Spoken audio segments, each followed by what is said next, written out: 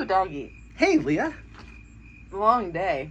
What are we doing at almost 1 a.m. on a Thursday night? Well, we don't have to work tomorrow. We don't. We do have things to do tomorrow, and I do want to get up at a decent time. But, yeah, we're going up north tomorrow. Yeah. Took a half day today. Got some stuff done, but also relaxed. It was a really nice mix. And, took the girls to Calderon Club in Milwaukee for dinner. Met my mom there, and highly recommend that place. The food was pretty good. You know, I wouldn't say it was like the best food I've ever had, but it was good. The back of their menu, they have a little, little owner's write-up kind of thing. Didn't read the whole thing, but at the top of this little paragraph was JMJ, which is a very Catholic thing. Like, you see JMJ and you're like, okay, yeah, this person is Catholic. Yeah. And then the last little paragraph said that he thanks the Sacred Heart of Jesus and Immaculate Heart of Mary, and thank God for his vocation. It was like, what's up? I'm so sorry, but do you know where my black hair clip is? No. I saw the white-ish one. Yeah, I already packed them. I'm getting last night packing dinners, thinking of everything I might have forgotten. Don't do that to yourself. We'll handle it in the morning, okay? Yeah. If you get a good night's sleep. Yeah, I don't need it. I feel like I meant to need it. So yeah, and somehow we avoided all spoilers for the kids. Because we saw people walking around, like little kids wearing like alphabet costumes, and Briley actually ran into one of her gymnastics teammates at the restaurant, and their teammate was wearing a Wicked t-shirt. Waiter almost said something. This other random guy said something about, oh, we're going to Wicked, but like they didn't really catch it. They just kind of caught Mom and I going, and yeah, they were nicely surprised and had a good time. It's crazy because so we went and saw Wicked, which is just, the timing of it was great because they're so obsessed with it right now after like the movie and everything. And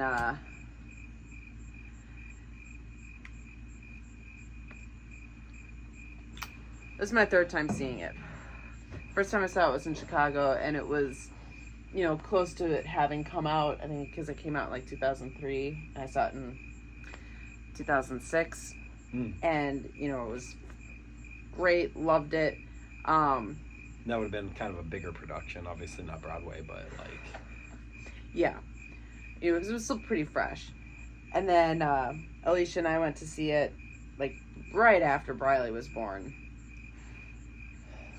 And I remember thinking at the time, like, it was a little bit of a letdown. Like, it wasn't as good as I remembered. And this time it was that same kind of feeling. Like, I didn't love the way that the girl who played Glinda played it. And, like, I don't know, she was struggling a little bit at the beginning. Like, her voice cracked a little bit. Huh. So it was one of those things where, like, the quality has gone down a little bit, but I mean, these are still all professionals and everything, and the amount of cheering and just how packed the theater was, and how, like, even how hard it was to find tickets. Like, I couldn't even find 4 tickets together. Like, Mom sat down here with one of the kids, and I sat up a couple rows up with the other kid, and we switched kids. Okay, so that's why you had the picture the way it was. I mean, that's why you said switcheroo or whatever. It changed places. I didn't realize you guys weren't sitting together. Yeah. Wow. So, but Mom and I switched kids. Nice. So it was, like, just the fact that it's, and the movie probably has a lot to do with, like, with it, but just how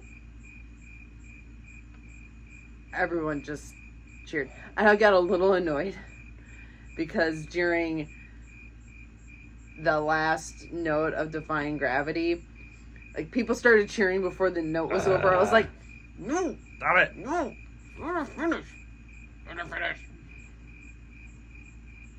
I'm here to hear her, not you. Yeah. But, and it was, again, like, the acting was way over the top. Alphaba and Glinda both were, like, more silly than I remembered, and even, like, from the movie, and the way they delivered some of their lines and sang some of the songs, like, popular. There's a part where, like, the first part where they do it, la, la, la, la. The way I always have heard it, it's always been, like, very sweet and kind of poppy, but the way this actress did it was more like, more silly, like, la, la. I'm like, didn't love it. I think that's just an effective modern storytelling, what some would call Whedonism, like every line delivered with a wink and a nod to the audience kind of a thing. Like, Maybe. people are afraid to take the role seriously, it seems like. Yeah. But it was still really good. The girls had a great time. That's what matters. Loved it. 10 out of 10 would recommend. And I was really happy to, like, have this experience with the girls and my mom. I was like, aw, Grandma's smiling down at us. This is the sort of thing that you remember doing with your grandma, and you're giving it to your kids. Yeah. Yeah. It was worth it. So, didn't get back until, like, 11:15, all that stuff. But, because we're not working tomorrow, Makes it we're going up Friday. north. It's our Friday, and we're going to be doing other stuff, and didn't know if we were going to have our martinis, so we're like, let's do Thursday. So Here we are. Twisted Metal, episode 2 of season 2. Dollface. It was all right. It was good. It was just, I don't know. Didn't have any major plot points, just kind of advancing things. Yeah, I liked it. I enjoyed it. I always enjoy it. Yeah, we had a new character introduction, which I'm kind of digging her. A little bit, yeah. Like, the actress, I don't know who it is, but She gives Jessica Biel vibes in a way. Not necessarily in the way she acts, just kind of in her looks. maybe a little bit.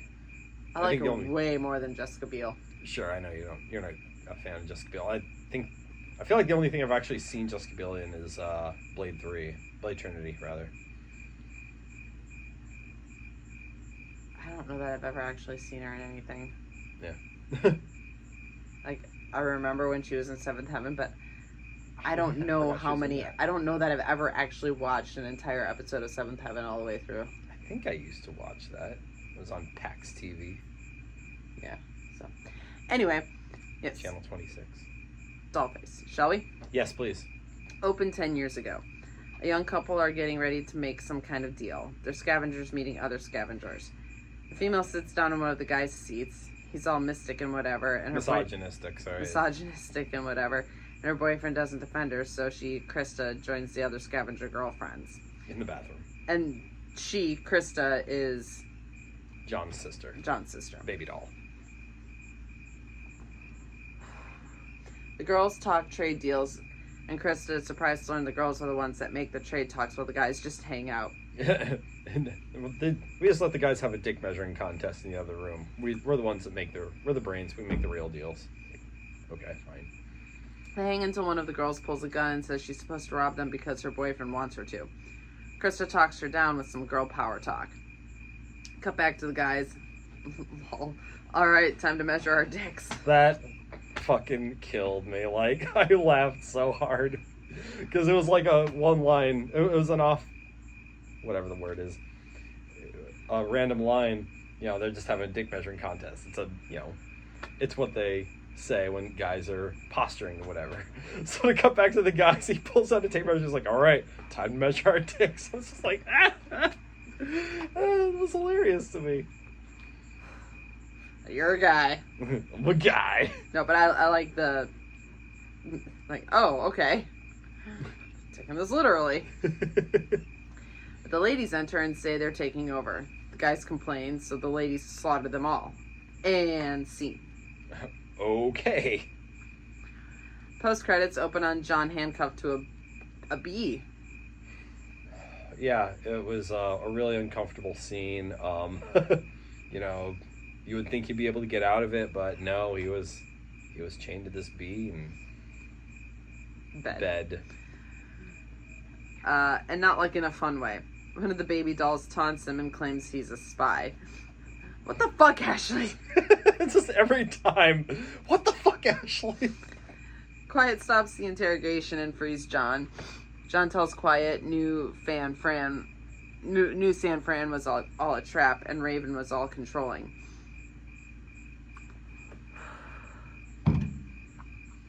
Quiet introduces Lionel to Krista. Krista knows he has memory loss, but it really is his sister. She tells him such. Huh. Wow. Okay. He has no idea how to deal with this information, and the hug is rather awkward. John asks what's up with the masks. Krista fills him in on the baby dolls. John notices some lady wink at Quiet.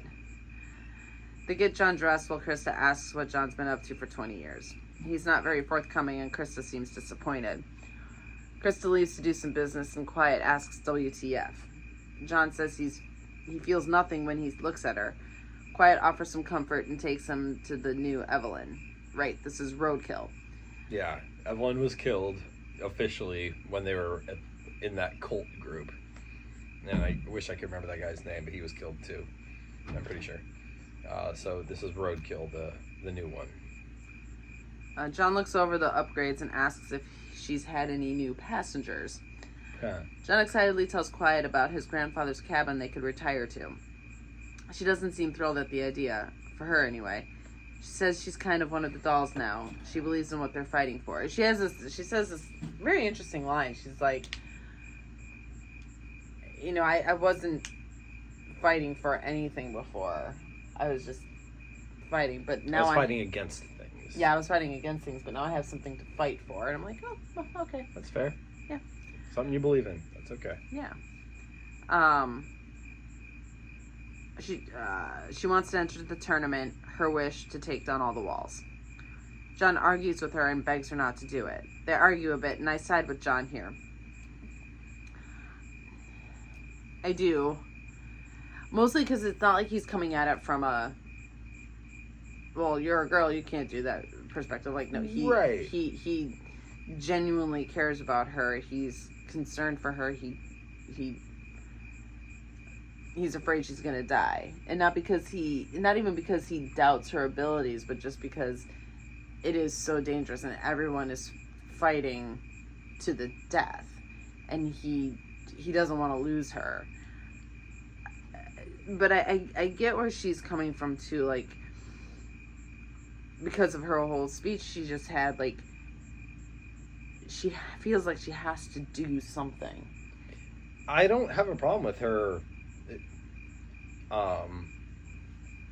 deciding to do this and having something to fight for. I don't have a problem with any of that, and I think I mentioned what I'm getting at in the next line. I'm not sure.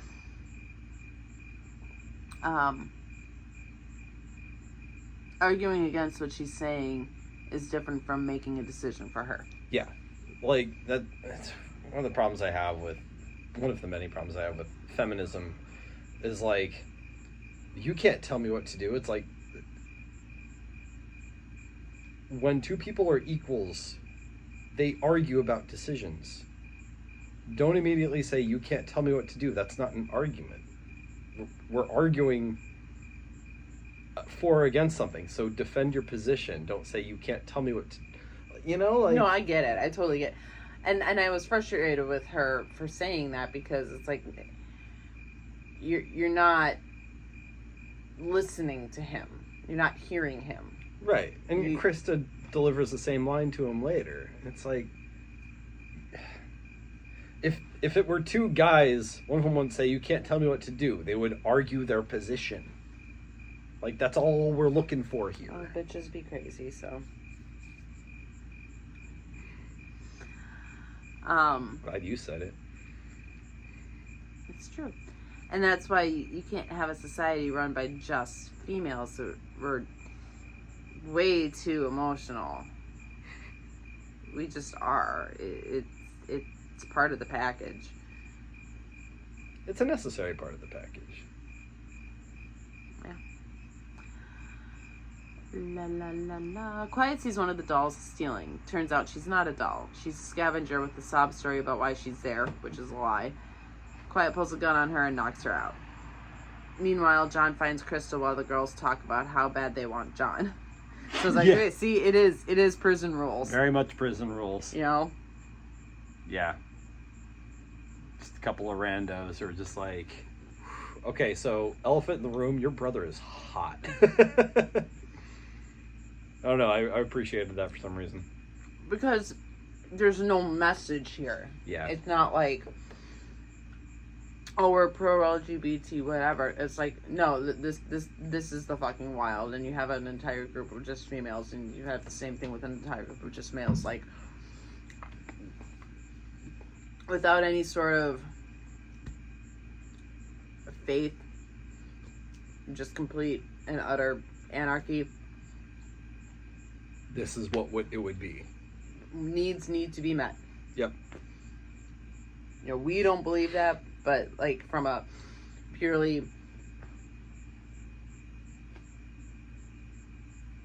What's the word? carnal Sure. perspective. Jenna, guys only have 3 needs in life: sleep, food, and sex. One of my needs was about to be met. John enters and tells Krista to unbrainwash Quiet. Krista says there's no changing Quiet's mind once it's made up. She brings up their parents and asks why he hasn't asked about them yet. She's like, wow, you really are my brother. What? That look on your face, I remember seeing it on Dad's face. She's like, why haven't you asked about them? He's like, is it a happy story? is it a good story or a bad story? And she didn't say anything. He's like, That's why. yeah. Fair enough. A little bit of a cope, but you have to have some cope in this world. And I'm sure they're gonna get there. Mm-hmm. But it's like, what Quiet and Krista don't really understand, and I don't even think John quite gets it either.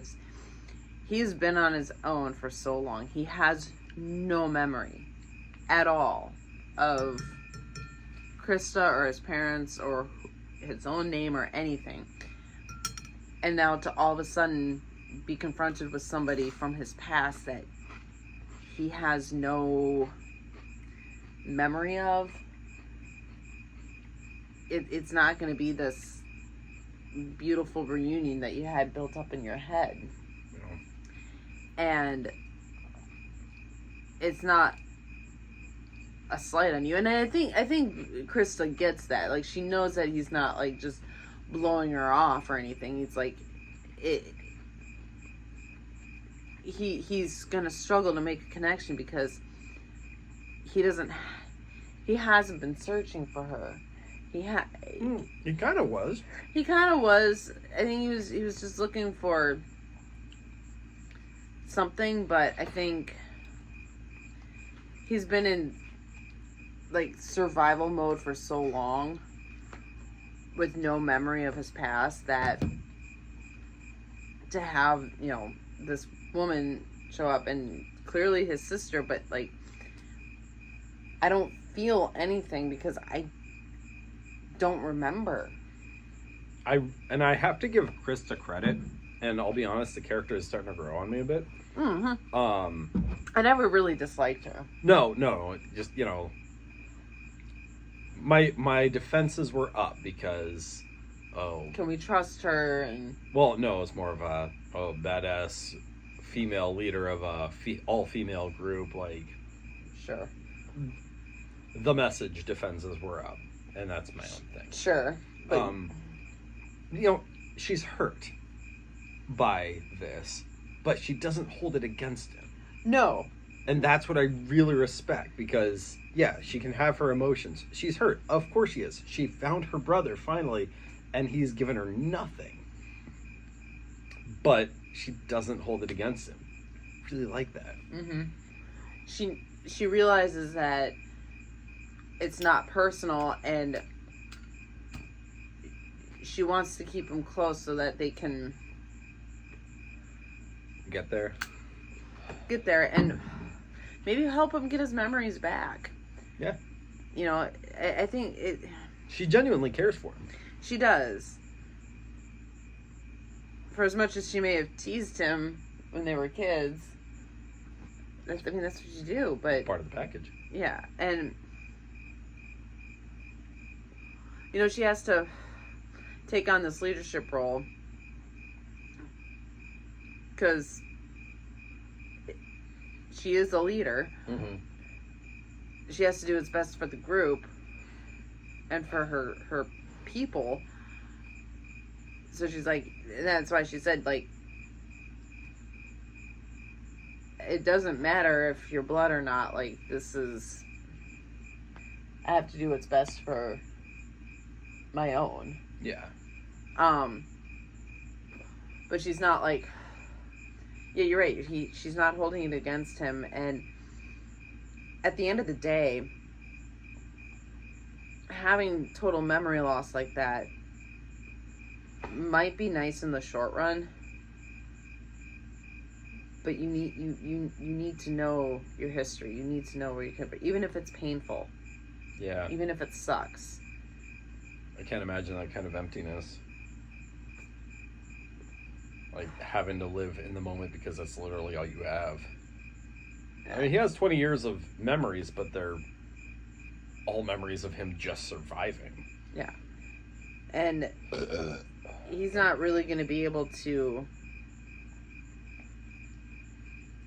be the person that Quiet deserves without that. Sure. He has to have an identity.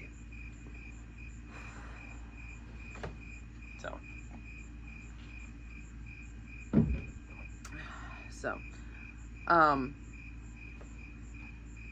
Quiet locks up the new chick, Mayhem, lol. Mayhem pleads her case, so Quiet chains her to a tree and leaves her a hatchet. Good luck. Meanwhile, the baby dolls have a meeting. John observes, shirking one of the bitch guys in the process, Jeremy. Krista says, Nice to see somebody else standing up for the Y chromosome. It's like, don't try to bond with me. Krista says they're sending only one of their own to the tournament. Ashley volunteers, so does John.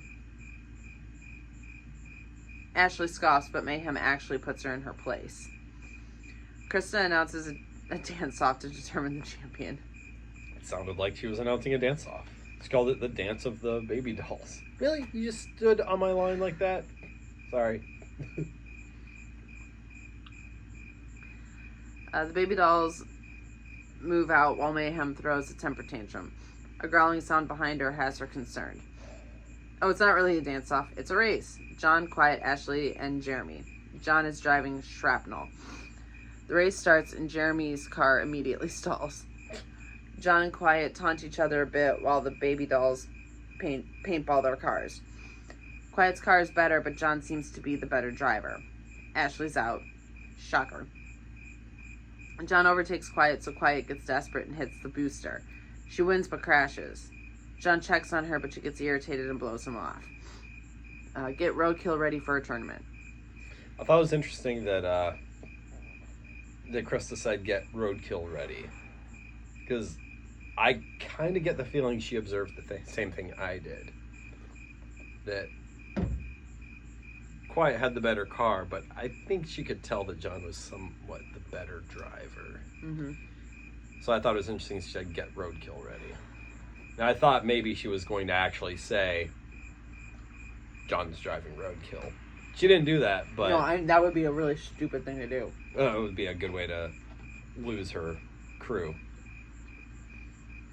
And quiet. But I toyed with the idea in my head.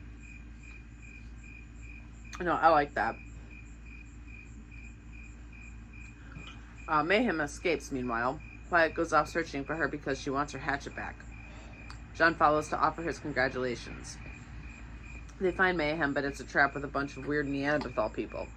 John tries to negotiate, but Quiet gets bored and shoots Mayhem free. The three of them fight their way out. Mayhem helps. Quiet and John reconcile, but Quiet is still doing the tournament. And I like how John...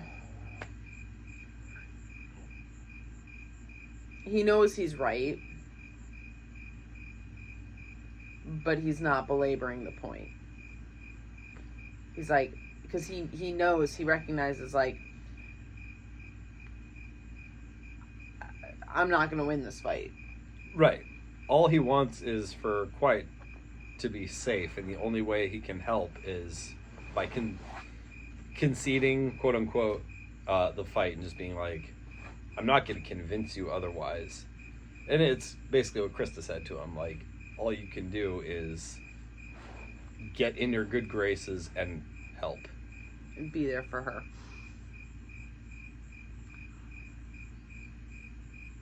La la la. They return to the baby doll camp. John hangs out alone, and Krista shows up and relates her disappointment in who Quiet has become. She relates to his disappointment in who Quiet has become. Yeah, it's like, must be frustrating to lose somebody for a while and get them back, and they aren't who you remember. If only I could relate to that. She tells him he can't save Quiet, just support her, and he thanks her. Lockers. 3 of them. And she asks how he got his braces off. He's like, oh, that's a long story. She's like, I got time. well, it just said something like, good or bad. Oh, did she? Yeah. Oh, nice.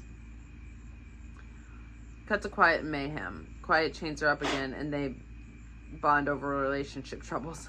Apparently, Mayhem's like, she was married. She's like, yeah, I was married right after I got my first period. The honeymoon was weird. And Quiet's like, how much older was he? Younger.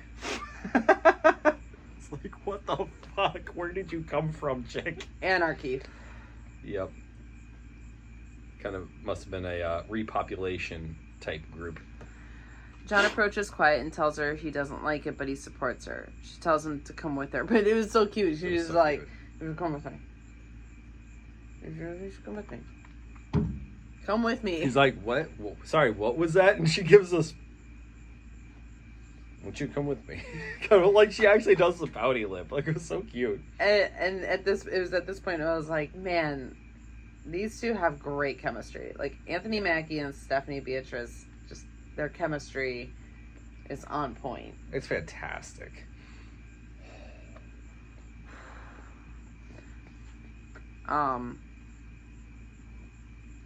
She said, I don't need you. I just want you by my side when we win.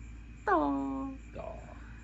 They get ready, so Krista tells them they need to go to Diesel City to get some special weaponry. As they drive off, it appears Mayhem has stowed away. Cut to Blackfield Asylum. A special letter is delivered to a cell. Whoever's inside reads it. Will you drive, Mr. Grimm? A door opens, revealing a motorcycle helmet with a skull painted on it. Yes. Voice becomes much deeper. We will. We will. So yeah, Mr. Grimm, character in every single Twisted Metal game, drives a motorcycle. I didn't choose him much because he had the sort of stats you'd expect, like great speed, pretty good handling, good weapons, but like 0 defense because obviously Motorcycle. yeah. Yeah, he's a little bit of a Ghost Rider type, but I don't know the video game lore if he was actually like supposed to be like undead or anything like that, or if he just kind of had the symbolism. So it'll be interesting to see what direction they go in the show. But I'm just happy to see another legacy character. Yay. Yay. So, yeah. Yep. Enjoyable. Loving it. Can't wait for the next one. Yay. Yee.